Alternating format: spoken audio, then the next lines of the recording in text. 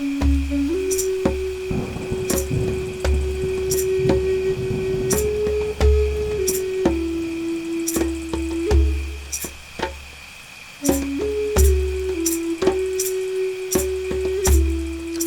is Brandon Tilt here, and you're tuned into On Healing. This is a podcast where I like to bring you, the listener, into reflections. Maybe guided spaces of introspection as I monologue about various topics related to healing. Yeah.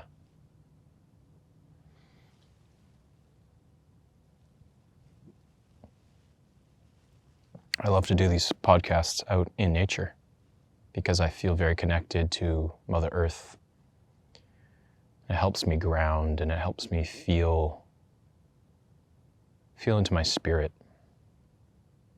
And I try to lead these podcasts from that grounded place and see if my spirit is willing to kind of leak in and spill some good medicine. Yeah, we'll see. We'll see how that goes. But, I think this episode, I know where I'm going to go with it. So I'll give you a little bit of a roadmap. I'm feeling like I want to talk about this concept I came across online called Instamacy. It's pretty catchy. It's just about this idea that we think there's this this form of connection or intimacy that we experience through people online. It's kind of like an instant gratification, clickbait reel version of intimacy, and how that's just not real intimacy. That's not the same as in-person connection or having really safe, secure relationships with humans in our life. And yet it can feel very similar, at least on a surface level. And I also want to talk about improv comedy, because you know what? That's been something that's been entering into my sphere in different ways, and I think it's such good medicine. It's so healing. Laughter is so healing. Just being authentic and kind of random and acting in a way that's kind of improvisational. I can see this as being very deeply healing. It is for me. So yeah, we're going to talk about those topics. It's going to be fun. So stay tuned. Let's see. Angry Therapist, as I know him on Instagram. I don't seem to know his actual name. Oh yeah, John Kim. John Kim goes by Angry Therapist on Instagram. He's got some great reflections. He's this like seasoned 50-year-old therapist, I think, in California, I believe. He's got a wife, he's got some kids, he's been doing therapy for, I'm gonna guess maybe at least 20 years. As a therapist, he's been a therapist for at least 20 years and he's seasoned, he's got a great lens, does men's work, he's funny, he's authentic, he'll swear a lot on his Instagram, and that's just, the kind of people like to follow. But he was bringing awareness to this concept he noticed where, folks will be noticing and folks will be interacting with influencers, right? Commenting, liking, maybe just like kind of doing the thing where you talk back to the screen. You're like, yeah, that really resonates with me. Oh my God, that's so funny. As they're a digital apparition on your small little phone screen. And it emulates a real kind of like intimate moment in a relationship where someone says something that you deeply resonate with and you're like, oh man, yeah, thank you. You're appreciative, you feel gratitude, right? You feel gratitude, deep gratitude, or maybe you just feel aligned. You feel like someone can relate, you relate to them or something. And some of this stuff is wholesome, right? Some of this stuff is great. Some of this stuff is just good feel-good content, you know? And that's really healthy. I would say that contributes to positive neuroplasticity. If you can get an algorithm that just gives you all this like feel-good content, I think in many ways that's going to help you start to feel better, right? I'm not knocking this entirely, but I will say this, it can also distort your perception of people, of humanity, of your community, of what it means to be in real, genuine connection with other humans, and what that might, what you might believe it looks like versus what it actually is, right? You get a distorted perspective. These are some extremes. This isn't always the case, but I've been noticing in my personal experience, some of the folks that I follow and maybe have unfollowed since, I used to think I was closer to them in some way. You know, I kind of really bought it. It was really genuinely making me feel connected to them as humans, when I was just connected to this idea of who they are as a person that's based in no actual relationship. There's no foundation of friendship. There's no reciprocity. Well, the reciprocity is me liking a post or commenting on a post and then them receiving exposure to their content. That's the reciprocity. But the reciprocity doesn't actually go beyond that. And I think we can create this sort of superficial idea that we're in relationship with all these people. We have all these quote unquote friends whom, if you were to look back 30, 40 years ago, if you had the type of like little blippy interactions with people and you essentially didn't go any deeper, they wouldn't be your friends. They'd be like acquaintances that you see at the supermarket. It's kind of, nice, but it's not really a real relationship, and you'd move on and you'd go and hang out with your friends and you'd go and hang out with your family or whatever. And whoever it is you spend time with, I don't know. And then now we're at this age where we're stuck in these little screen universes, right? We're stuck in the metaverse. We're addicted to our phones. We're getting so much dopamine from these little reels that are mimicking these intimate experiences. It can really get confusing very quickly. And I think I had to realize the hard way. I was like, oh wow, these people aren't my friends at all. These people that I feel kind of in a way like connected to, like, you feel connected to them, or you relate to them, or you think, hey, maybe there's a foundation for a friendship or a relationship here, right? I mean, hey, maybe there is. If you explore that, maybe there is. But in all honesty, I think you can start to realize very quickly, if you get out in the real world and you interact with people, how different it actually is. If you meet that person and maybe you're just lonely and you go out in the real world and you try to engage with other people and they don't sort of give you that same vibe that you're getting from people on their social media posts where they're trying to market something or sell their ideas and content so that you're able to engage with their future content. And it's like, it's kind of like, I'll say brainwashing, but it certainly conditions you to believe something that just isn't true, right? You start to form beliefs about what it means to be in connection with others. And by the way, I wrote a little mini article about this, and I think this parallel is interesting, is it's kind of similar to pornography in a lot of ways. If you buy into the narrative that pornography is trying to sell you, right? If you condition your brain and your body to kind of assume that real sex is anything like what it is in pornography, you're gonna be very ill-equipped in the real situation, in the real world, where it requires a lot more presence, embodiment, moment-to-moment awareness, attunement to your body, attunement to their experience, emotional intelligence, whatever, right? A lot of things. And I just feel like it's probably possible to transition from these like blippy Instagram reel experiences of intimacy into engaging with real people. I don't want to judge people that are genuinely struggling with connecting with other people. I think it could also help you learn certain skills if that's kind of like a stepping stone, right? If that's a stepping stone to having text conversations or voice notes, and then that's a stepping stone to talking with someone intimately, and that's a stepping stone to hanging out with people, then I'm not against that, and I think everybody needs an outlet. But if your life consists of being on social media, and that is your primary method of engagement, and it's in a way substituting what might otherwise be authentic human connection, I think it's going to create a crisis, and it already actively has contributed to the feelings of isolation that a lot of us feel, and was maybe more pertinent during COVID and more obvious during the shutdowns, right? The lockdowns.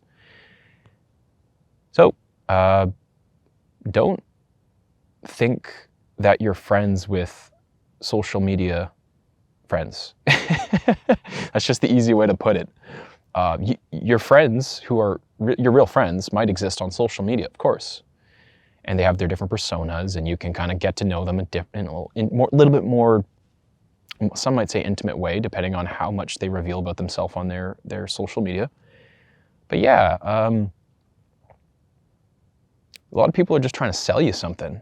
They're trying to sell you their brand, their business is, selling something, and you're essentially a consumer, right? And yeah, it can be very disheartening when you have to shatter that kind of, I'll say delusion, but you burst that bubble of, I thought I had all these friends, and I thought everybody liked me, and I thought because I'm engaging with people, I understand who they are. But then you realize that they're in a sense just trying to sell you something. It's kind of manipulative. People are just trying to make money off you. And social media is one of the best ways that people do it, right? So, where I want to go with that, I don't know, just have conversations with people in real life. Take social media with a grain of salt. If you follow somebody and they offer great tips, awesome, cool. Follow their advice, and if it's relevant to your life, apply it, and if it helps you, great. That's a kind of pseudo mentorship in a way. But don't pretend that person's your teacher or your close friend. If you get stuck in that realm of imagining things, I think it could be very damaging to one's mental health, right? It's borderline psychosis, right? If you're believing that people have a more profound role in your life than they actually have, I think that can be a form of delusion, or almost borderline psychosis, and it's not good for your mental health, right? Yeah. So moving through to this next topic. This is it's been kind of funny, but not funny in the way that you think, right? Funny, weird. Life's kind of weird, right? And I think oftentimes if we're too serious, because I'm oftentimes very serious, you wouldn't know it if you only saw me when I'm having fun. But yeah, it can be very deadening, borderline soul-sucking, if one doesn't take time to just laugh about how fucking wild and weird and crazy and absurd life really is, and just how unpredictable and chaotic most things are, and how much of a joke it is when we try to control things. It's like, oh, I was trying to make things go my way? That's hilarious, because you don't really have the degree of control. I'm going to go off on a limb and offer my opinion here. You probably don't have the degree of control over things in your life you believe you have. And once that falls apart, can't really do much but laugh about it. It's like the harder you try, right?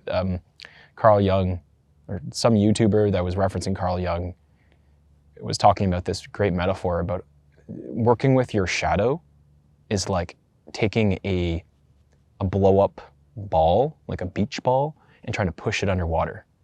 The harder you push it down, the harder you try to get underwater, the more force it's going to come up and smack you in the face. And I think that's a really hilarious image, because it's like, yeah, the more you try to convince yourself life is like this, the more the universe is probably going to smack you in the face and show you otherwise.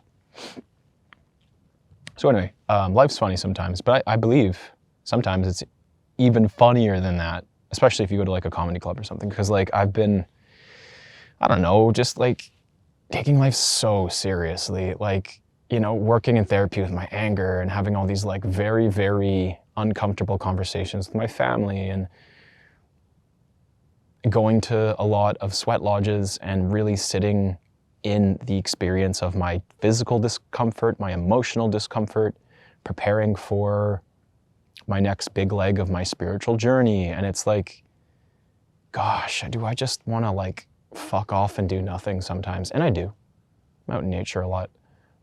But I wish my brain could also just start to kind of just be as whimsical as it was when I smoked weed, right? Like just like giggle at nothing, have that like childlike, playful nature that I feel like we've all kind of lost contact with at some point in our lives, especially when we get older.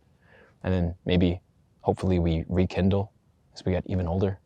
Who knows? But it's also a lot more accessible when you do psychedelics, I would say. And since I've stopped using psychedelics, I kind of feel like I've just like hardened my shell, and I'm not as gooey and sort of fluid and flamboyant as I might have been when I was taking mushrooms ever so often, which kind of sucks, right? I want to be funny, I want to be silly, I want to be playful, and yet you can't force these things. And I think I learned that very in a relatively clear way when I went to an improv show, and not as a performer, but just as someone who's just like witnessing and watching these improv artists just go off, and they're good. They know what they're doing. It's freaking epic, you know? I couldn't laugh though. There were times I kind of forced out a giggle, but it was just not funny to me. And I don't know why, because like a lot of what they're saying was pretty spot on. Like, was actually like just like ridiculous, just ridiculous. And maybe it was the style of comedy, I don't know. But for me, I felt like I had to kind of just shut down at times. And I kind of was sitting there thinking about my life, almost having like philosophical inquiry, where in the windows where I should have been laughing, I was just kind of like, it's almost like this. And this is funny because this is kind of a bit in itself, but it's like someone's having a serious conversation with you about, like, let's just say a relationship, and you're just sitting there thinking about like, if you left the stovetop on or something, or if your socks are like matching. You're like, are my socks matching today? I think I've got one that's like kind of close, but you should be focusing and paying attention. But this is kind of what I was doing at this improv show. I was like planning my next month in my head as we were supposed to be laughing at these like, you know, improv actors. And I'm just like sitting there kind of feeling stuck, almost exposed as well. I was like, I didn't know I was this serious. Like, oh my God, or I didn't know I was so selective about what I laugh at. And, you know, it was shared with me that the point of these improv comedy shows isn't necessarily just to laugh your guts out, which is great. Many times it's just to make you feel something. So mission accomplished. I felt a lot of really uncomfortable moments of awkwardness and kind of like shock. Like, oh my God, why are they saying that? Or, oh, that is hurtful. Why would they do that? Or like, oh my God, that person just kissed another actor. That must be weird. I mean, I'm sure they've built up to it, but wow, that must be strange for them. Those two people just kissed. Wow, that's crazy. On a stage? Good shit. Wow. I don't know if I could do that. It's like, anyway, But then about 3 days later, I think, on a complete whim, I decided to go to a friend's birthday gathering where it was just like a small group of friends meeting over dinner. And I couldn't help but just like laugh and make kind of silly situational observations that I think were comedic for most of that dinner. And I was like, you know what? I'm not that serious of a person, but I have to kind of just let my guard down, and there's a way that I like to appreciate and laugh at life that when it's forced, like, you know, think back to the fucking, what I call it, beach ball? Yeah, like an inflatable beach ball. Man, I don't like it when people force comedy. It makes me feel like pressured to laugh or something, and I think I just start to kind of feel bad for them if their performance isn't quite going as planned. Even if it goes well, if it doesn't land, I almost feel guilty because I'm like, man, they performed that brilliantly, but I personally didn't find it funny, and now I'm feeling like I'm the bad guy. So it's just it's an interesting level of I guess theater is the word, like the way that there's the theater, the theatrical drama, the engagement with the audience, which, by the way, the last time I read about this concept was actually in a book on shamanism, which is pretty cool. But it's like, you have to consider the nature of the engagement with the audience, who also plays a role, right? They're just as much a part of the performance as the performers. And I think that's really cool if you consider that. Now, I suppose I don't like that, or I'm almost in a way, like there's an internal kind of resistance to that. Like I'm kind of blocked off from wanting to participate in that way. And I think I have to build that muscle too, probably. So maybe I'll just end it with that. It's interesting how improv comedy is one of those things where it takes a lot of bravery. It takes a lot of authenticity. It takes a lot of courage and creativity. And it also takes a level of attunement to people. And I think an openness and a receptiveness from the audience is a prerequisite. If you're in an audience that are just like a bunch of prudes who just like shut you down in every instance and don't like to laugh at all, well, you could be the best performer in the world and it won't matter, right? And I almost wonder, this is such a weird leapfrog, but hear me out, because I was speaking to this as a example a moment ago.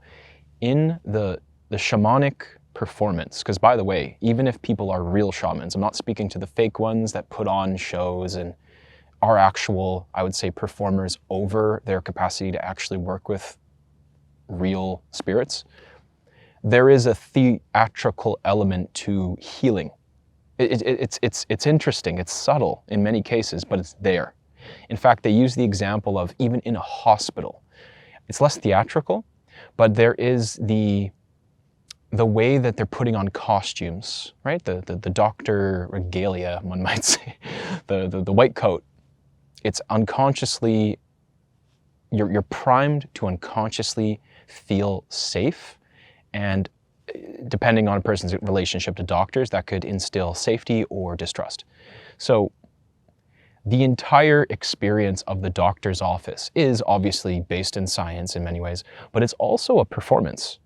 It's also, in a way, trying to help create some psychological environment where you're feeling receptive to healing, to treatment, to feeling supported, right, in whatever way.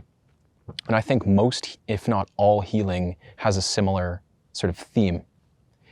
And it's so cool, because if you think about a healing space, whatever it is, I don't know, it doesn't have to be drinking ayahuasca with a shaman. It could be just hanging out at a sound healing event and, appreciating people with their crystal bowls and, stuff like that, hand pans. And like, they have to create the environment. And you as the audience are just as much a part of that experience as the performers.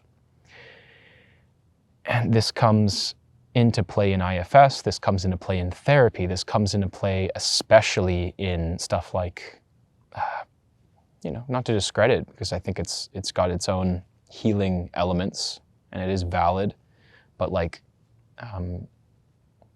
psychics, it's performance, right? I do believe to some extent in psychic abilities. I think it's it's inflated, like the amount of people that are psychics. I don't think in many cases are, but I do believe they exist. But I believe even the most skilled and authentic psychic is still meant to kind of, in a way, put on a performance, and they need to attune to the person who is receiving the healing. And some might even call this the placebo effect, right? I mean, whereas many times these tools are actually based in neuroscience, and they're actually based in various neurophysiological phenomena, and maybe based in botany, right? If you're using plant medicines, or they're based in real hardened practical science. But at the same time, there's the degree of placebo that's layered on top of every single one of those types of treatments. And I would say that if your mindset is just not even close to open to anything, you're not open to the performance, you're not open to the fact that shamans can do anything for you, you're not open to that doctor ever having the cure for you, they suck, they're hurting you regardless.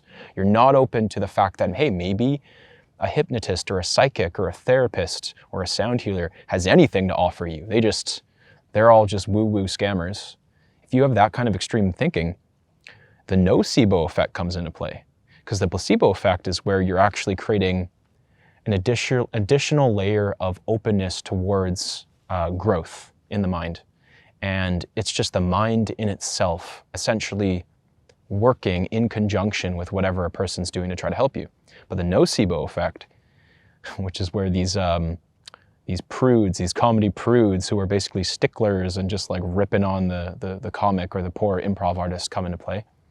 It's basically where you're trying to poke holes in the process, whatever that process might be, right? You're seeing someone in front of you and you're like, they look ridiculous. How could they know what they're doing? And I mean, by the way, if someone doesn't know what they're doing and your natural skepticism comes into play, I think it's valid to be critical, right? But if you're stuck in a mentality where everything is just a hoax, or, like I said with the comedy, nobody's funny. I don't think they're funny. Nobody's gonna convince me otherwise. No matter how good of a performance they give, you're not gonna think they're funny. So I think, yeah, there is an interesting level of noticing how mindset comes into play for so much of healing and so much of experiencing life. If you're seeing things through the lens of a skeptic or a pessimist, unfortunately your confirmation bias is going to be looking for things that confirm that. So you're going to be doubling down. If someone screws up something small, you're focusing on that. That's now painting your reality in a more impactful way than whatever they might do that contradicts that. So thanks for joining me today. I hope you maybe had an interesting experience of hearing me explore these topics. It was a really fun topic to explore, and take what lands and leave what does not, and maybe laugh a little more, maybe have more of an openness towards the medicine that's all around you. So I hope you have a great rest of your day, afternoon, or evening. Take care for now. Bye. Are you making space for your inner healer to blossom? Are you making space for that self, that deeper sense of self to shine through? If you'd be interested in working with me one-on-one, please reach out through featheroflightcounseling@outlook.com. Aside from that, go out to your favorite nature spot and pray for me, and I will pray for you. And a heartfelt thank you for being a friend. Take care.